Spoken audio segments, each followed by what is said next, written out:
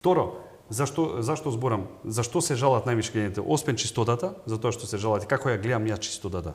Прво, мора да најдеме аутсорсинг фирми кои ќе го поделиме аеродром на неколку зони. Мора да најдеме аутсорсинг фирми кои директно се занимаваат со тоа.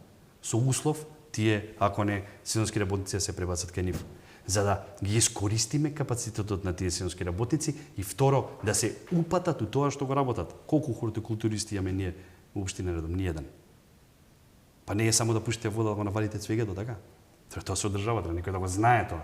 Има фирми кои се за тоа работат, одржуваат дворови, одржуваат површини зелени.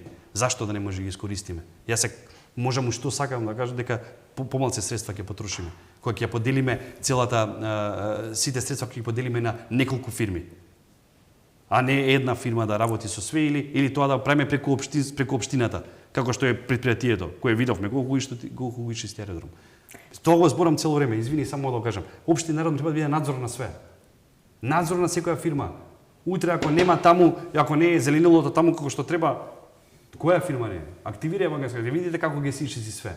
Зашто да не може така да функционираме ние?